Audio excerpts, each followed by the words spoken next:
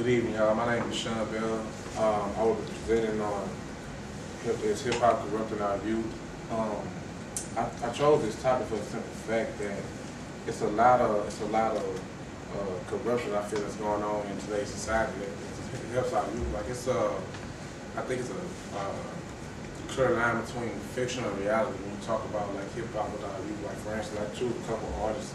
One of my first artists like Lil Wayne and Chief Keef, for a simple fact. These guys were talking about gang banging and guns and killing and glorifying these things within our society. And I feel like the youth, they're so young-minded that they don't know like the some of it's fictional tales.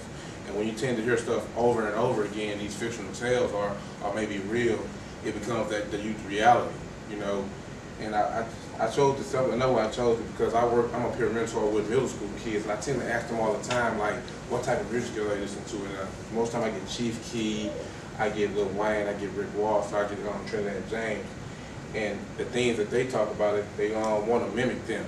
And for me growing up, the music that I listened to was like totally different. It was the same, but what we heard, like the rap artists I listened to, it was more about like that they told the story that what they're seeing.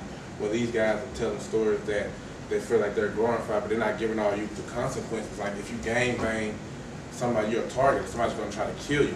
If you do these drug dealer, then it's most likely you end up dead too, or you're going to prison. My role is to convince the audience that that hip hop is like part of the reason why the youth is being corrupt. And another part of the reason will be society. Society puts on us that it's okay like to listen to this type of music. I think you should be able to listen to that type of music for entertainment purposes only. Entertainment is for entertainment. You got to learn to separate entertainment from reality, And also Rick Ross plays another part. And I don't know if anyone's seen the latest thing. Like Rick Ross, he had in an altercation where it was a shooting that took place.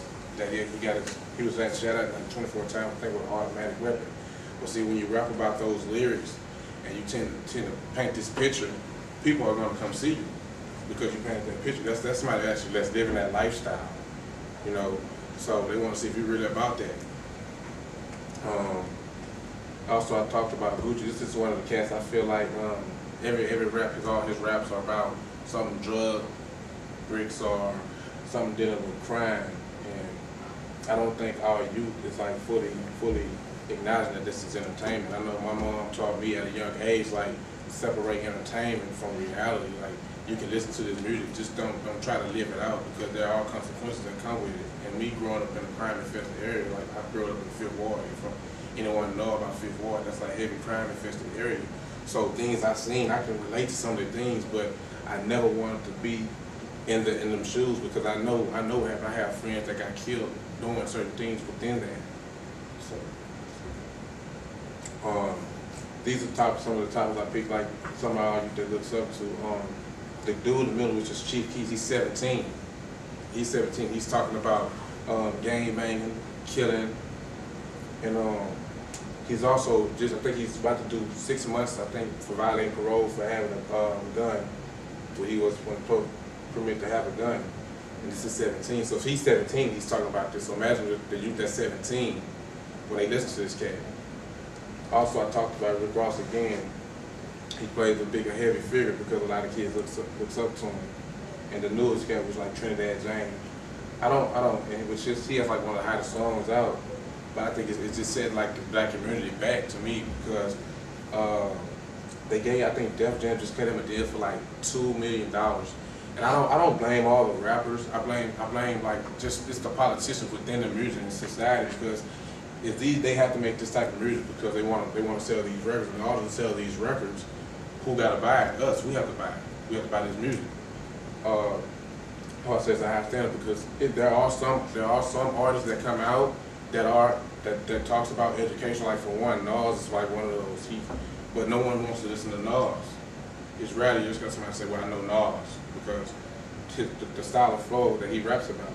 But when it's something dealing with killing, anything gang banging, or just anything, I feel like that sets the black community back. I don't want to take away from different ethnicities, but the black community itself.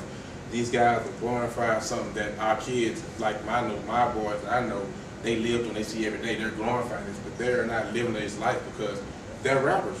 It's something that triggered them to say, you know what, I don't want to do this. If I am doing it, I don't want to do it, you know, because this not the right way to live. So, but they have boys that live these lifestyles that sees this drug infested every day. So what do you, I want to say my mentor, he always told me something.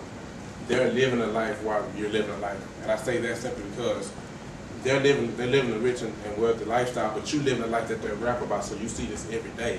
So you paying these cats to rap about something that you see every day.